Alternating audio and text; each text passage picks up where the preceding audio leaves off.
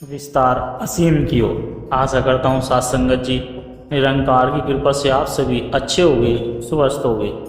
साथ संगत जी, आप जी के चरणों में बहुत ही सुंदर प्रेरणादायक कहानी विचार, जिसका विषय है विस्तार असीम की ओर। तो आइए साथ संगत जी जानते हैं इस प्रेरणादायक कहानी के माध्यम से। साथ संगत जी, यह कहानी एक ऐसे साधक की है जो जीवन की सीमाओं में बंद कर जीता था, दायित्वों में उलझा, रिश्तों में बंधा और स्वयं की पहचान से कोसों दूर। साथ संगत जी, वह सोचता था कि जीवन केवल संघर्ष है, अर्जुन और मरण के बीच झूलती हुई एक लहर।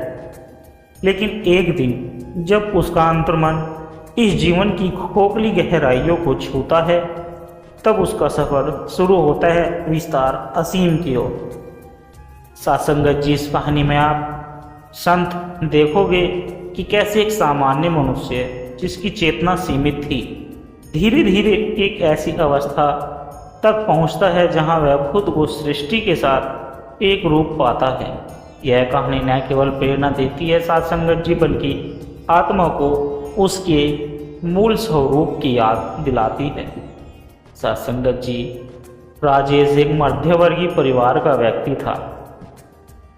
सुबह ऑफिस, शाम घर और बीच में दुनिया की आपाधापी। कभी ध्यान ही नहीं गया कि वह कौन है और क्यों है। क्या जीवन केवल रोटी, कपड़ा, मकान तक सीमित है? उसे लगता था कि दुनिया वैसी ही है जैसी वो दिखती है, स्थूल और सीमित। एक दिन जब राजेश के जीवन में एक बड़ा झटका आया, उसकी नौकरी चली जाती है, बैंक बैलेंस शून्य हो जाता है और रिश्तेदार दूर होने लगते हैं। तब वह पहली बार खुद से पूछता है, क्या मैं केवल शरीर हूँ या कुछ और हूँ? राजेश अपने भीतर उतरता है। वह एक वृद्ध संत से मिलता है जो केवल एक बात कहता है कि इस वाक्य ने जैसे उसकी आत्मा को झकझोर कर दिया। संत कहते हैं, विस्तार की ओर चलो, जहाँ कोई सीमा नहीं, कोई भय नहीं, कोई पहचान नहीं, केवल तुम हो और परमात्मा। साथ संगत जी, राजेश अब अपने पुराने जीवन में ढांचे को तोड़ता है और एक आध्यात्मिक यात्रा पर निकल पड़ता है। जैसे जैसे वह साधना करता है, उसके भीतर भय पैदा होता जाता है। माया उसे खींचती है, कभी पुराने मित्र, कभी स्वार्थ, कभी अहंकार। वह भ्रमित होता है। साथ संगत जी, एक रात वह सपने में देखता है कि वह एक विशाल नदी के किनारे खड़ा है। कोई कहता है पार जाना है, तो कोई छोड़ो, तो तैरने छोड़ो, बह जाओ। वह समझता है कि असीम तक पहुंचने के लिए स्वयं को छोड़ना होगा। उसे अहंकार, पहचान और संकीर्ण सोच का त्याग करना होगा। वह प्रतिदिन ध्यान करता है। उसकी चेतना अब धीरे धीरे फैलने लगती है। उसे पेड़ भी जीवंत लगते हैं, पशु पक्षी उसकी भाषा समझते हैं, और सबसे बड़ी बात, उसे लगता है कि वह केवल राजेश नहीं, वह संपूर्ण ब्रह्मांड का अंश है। अब उसे न कोई द्वेष है, न कोई लाभ। वह देने में आनंद पाता है, सेवा में परमात्मा को देखता है और प्रेम में स्वयं को खो देता है। एक दिन ध्यान में बैठते ही उसे अनुभव होता है, मैं नहीं हूं, केवल वो है। उसकी सीमित चेतना पूर्ण रूप से विलीन हो जाती है। वह आंखें खोलता है तो दुनिया वही है, पर दृष्टि बदल चुकी है। अब वह हर चेहरे में ईश्वर को देखता है, हर घटना में उसकी लीला है और हर श्वास में उसका नाम है। वह लौट आता है संसार में, पर अब वह बदला हुआ है। अब वह संसार में रहते हुए संसार से पार है। साथ संगत जी, विस्तार असीम की ओर का अर्थ केवल आत्मज्ञान या मुक्ति नहीं है, बल्कि उस चेतना को पाना है जहां हम स्वयं को हर एक में और हर एक को स्वयं में देखने लगते। यह कहानी हम सभी के लिए एक संकेत है साथ संगत जी, कि हमारा जीवन मात्र सीमाओं तक सीमित नहीं, बल्कि परमात्मा तक विस्तृत हो सकता है, यदि हम चलने का साहस करें साथ संगत जी। हिमालय की तलहटी में बसे तपोवन गांव में एक बालक रहता था, जिसका नाम आदित्य था। शांत, गहराई से देखने वाला, कम बोलने वाला।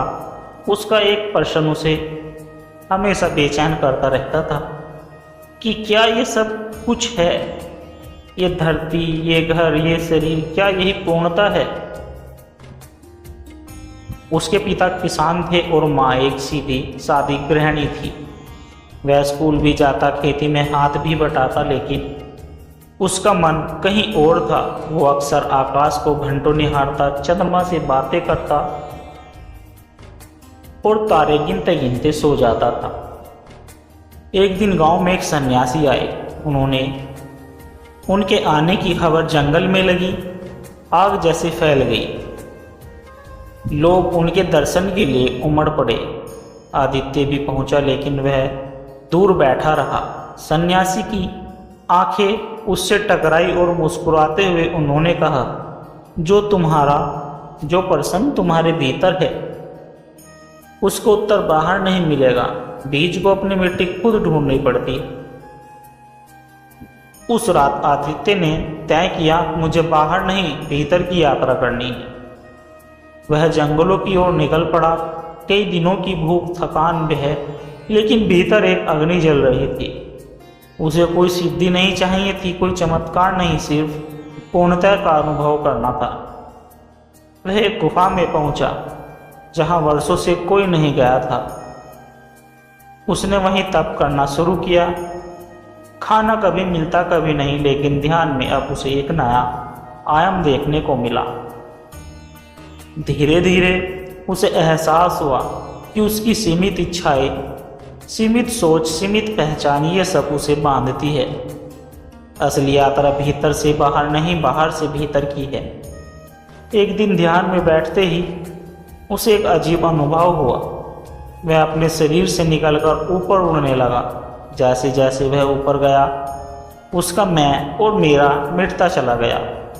उसने देखा कि पर्वत उसके भीतर है, नदियाँ उसकी श्वासों में बह रही है, सूर्य उसकी चेतना का केंद्र है और अंतरिक्ष उसका विस्तार है। जब ध्यान टूटा, वह रो पड़ा। मैं कौन था और क्या बन गया हूँ? वह अब जान गया था कि आत्मा किसी सीमा में बंध नहीं सकती, लेकिन असली तप यह नहीं कि वह ऊंचाई देख ले, बल्कि यह है कि उस अनुभव को लेकर संसार से लौटे और वही सेवा करे। आदित्य लौटा, लेकिन न साधु बनकर, न गुरु बनकर, बल्कि साधक बनकर। अब उसने वही कदम दोबारा शुरू किया, खेत जोतना, लोगों की सेवा करना, बच्चों को पढ़ाना। लोगों को लगता कुछ बदल गया है। उसकी दृष्टि, उसकी भाषा, उसका मौन, सब में गहराई थी। कोई उससे पूछता, तुमने क्या पा लिया है? वह मुस्कुराकर कहता, मैंने कुछ नहीं पाया, केवल खो दिया है। अब सीमित है, अब जो बचा है वो असीम है। अब आदित्य गांव वालों के साथ बैठता, लेकिन अब वह किसी को छोटा या बड़ा नहीं देखता। वह सबको परमात्मा का अंश मानता था। वह कोई ग्रंथ नहीं मानता था। उसे गांव में एक छोटी सी कुटिया बनवाई। उसका नाम उसने विस्तार कुटी रखा। वह कोई ग्रंथ नहीं था, कोई मूर्ति नहीं, कोई प्रवचन नहीं, केवल मौन था, ध्यान था और एक ही वाक्य लिखा था कि तुम्हारा मैं जितना सुकड़ेगा तुम उतना ही बढ़ोगे। लोग आते बैठते मौन में डूबते और कुछ ले जाते, अपने भीतर की असीमता की झलक। आदित्य वर्द हुआ। एक रात वह चुपचाप ध्यान में बैठा और फिर कभी नहीं उठा। गांव वालों ने उसके लिए कोई समाधि नहीं बनाई, कोई मूर्ति स्थापित नहीं की, बस विस्तार कुटी के बाहर एक पत्थर रखा जिस पर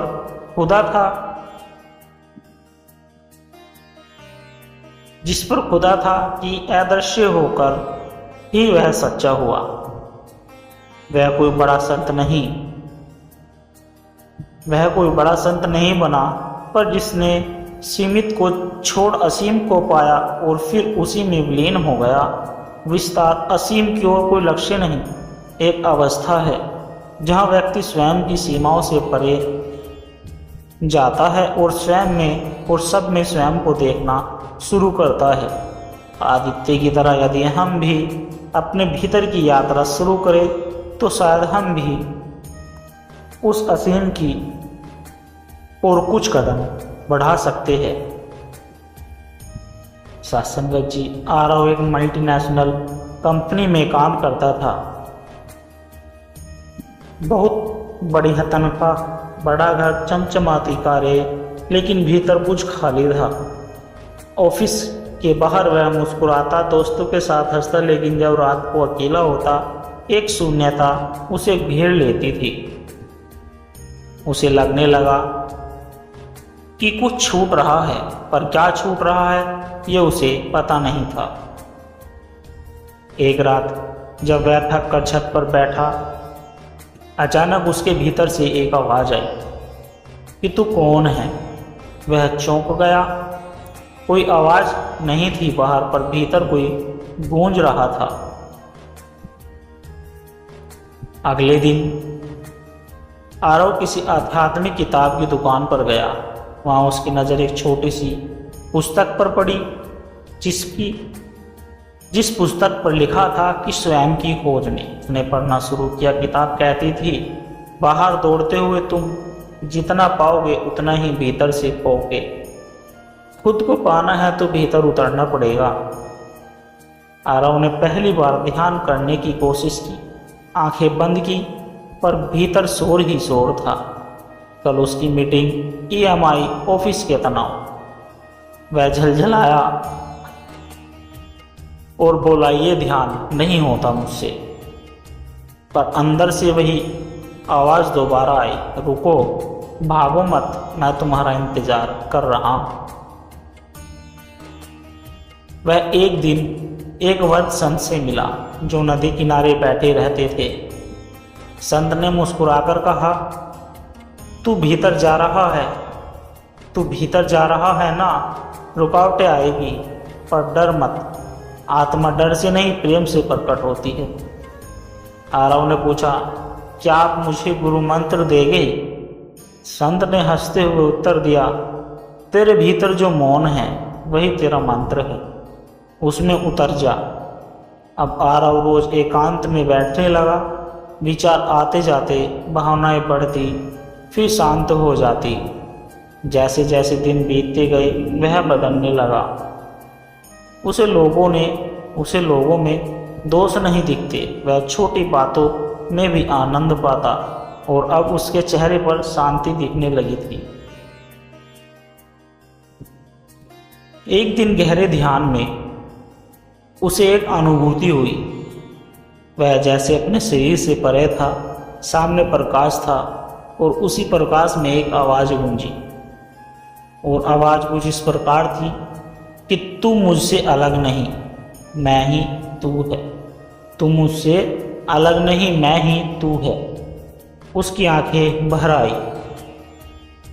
उसने कहा, तो फिर मैं इतने वर्षों से किसे खोज रहा था?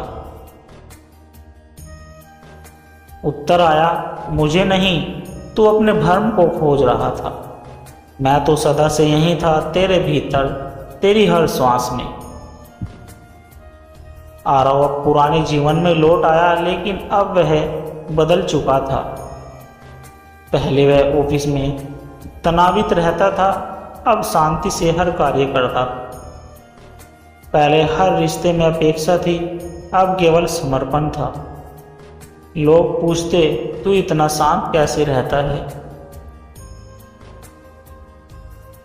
वह कहता, क्योंकि अब मैं खुद से जुड़ा हूं। अब मैं बाहर नहीं खोजता, अंदर उतरता हूं और वहां मुझे सब कुछ मिलता है। एक दिन उसने एक छोटा सा ध्यान केंद्र शुरू किया, जिसका नाम अंतर की आवाज रखा गया। वहां वह किसी को उपदेश नहीं देता, केवल मौन में बैठता और कहता। कोई भी आता, बैठता और कुछ पल खुद से मिलता। आरव अब गुरु नहीं बना, न ही कोई बाबा, वह साधक ही रहा, क्योंकि उसे पता था असली अध्यात्म बाहर चमकने में नहीं, भीतर गलने में है। सत्संग जी, आरव की कहानी कोई चमत्कार नहीं है। वह हम सबके जैसे ही एक व्यक्ति था, भागता हुआ, थका हुआ, पर अंदर एक आवाज थी जो उसे पुकार रही थी। और जब उसने उस आवाज को सुना, तू कौन है, तब वह एक ऐसे रास्ते पर चला जो उसे अंतर से अनंत तक ले गया। सत्संग जी दास के द्वारा कहे गए प्रेरणादायक कहानी विचार यदि आप जी को अच्छे लगे हो तो वीडियो को लाइक करें, शेयर करें और कमेंट बॉक्स में धन निरंकार जी जरूर लिख दें। और सत्संग जी दास को आशीर्वाद दे, हर रोज आप जी के चरणों में ऐसी ही प्रेरणादायक कहानी विचार लेकर आता रहूं। और सत्संग जी दास की आप जी के चरणों में प्यार भरी विनती कि दास के चैनल सोना इंस्पायर विचार को सब्सक्राइब जरूर कर दें। सत्संग जी प्यार से कहना, धन निरंकार जी। सत्संग जी कुछ मोटिवेशन लाइनें आप जी के समक्ष, आप जी के चरणों में आशा है प्रवान करें। उठो, जागो और तब तक मत रुको जब तक लक्ष्य न मिल जाए। सपने उन्हीं के पूरे होते हैं जो उन्हें खुली आंखों से देखते हैं। हर सुबह एक नया अवसर लेकर आती है। हार मानना विकल्प नहीं, केवल एक भ्रम है। अगर रास्ता मुश्किल है तो समझो तुम सही रास्ते पर हो। खुद पर विश्वास सबसे बड़ी ताकत है। जो आज जलते हैं वही कल चमकते हैं। मुश्किलें आती है ताकि हम मजबूत बन सके। जीवन में गिरना बुरा नहीं, उठना न आना बुरा है। छोटी शुरुआत ही बड़ी मंजिल की पहली सीढ़ी है। हार ठोकर सिखाती है कैसे चलना है। समय के साथ नहीं, संकल्प के साथ चलो। जो रुकते नहीं वही इतिहास बनाते हैं। सपनों को देखो नहीं, जियो। खुद को साबित करने का सबसे अच्छा तरीका है मेहनत। जब थक जाओ तब रुकने की नहीं, याद करने की जरूरत होती है कि क्यों शुरू किया था। डर के आगे नहीं, हौसले के आगे जीत। हर दिन एक नई शुरुआत आता है। सफलता बाहर नहीं, आंतरिक बदलाव से आती है। खुद को कमजोर मत समझो, तुम परमात्मा की संतान हो। जो समय का सम्मान करता है, समय उसका सम्मान करता है। हर सफलता में एक सीख छिपी होती है। साहस वही है जो डर के बावजूद भी आगे बढ़े। भरोसा रखो, देर से ही सही लेकिन मेहनत रंग लाती है। आलोचना से डरो मत, यह तुम्हारे विकास की सीढ़ी है। स्वयं को जानना सबसे बड़ी जीत है। मंजिल उन्हीं को मिलती है जो रास्ता नहीं राह बनाते हैं। क्रम पर ध्यान दो, फल अपने आप मिलेगा। तुम्हारा आज तुम्हारे कल की नींव है। जीवन एक संग्राम है और तुम योद्धा हो। जो अंदर से जीता है वही बाहर भी जीता है। हार तब होती है जब हम कोशिश करना छोड़ देते हैं। सपनों को जिंदा रखने की कीमत तपस्या है। बदलना है तो खुद से शुरुआत करो। डर को अपनी ढाल नहीं सीढ़ी बनाओ। कठिनाइयाँ ही तुम्हें तैयार करती है ऊंचाइयों के लिए, खुद से बड़ी कोई प्रेरणा नहीं। फेल होना आखिरी नहीं, सीखना पहला कदम है। जो खुद पर जीत पाता है वो पूरी दुनिया जीत सकता है।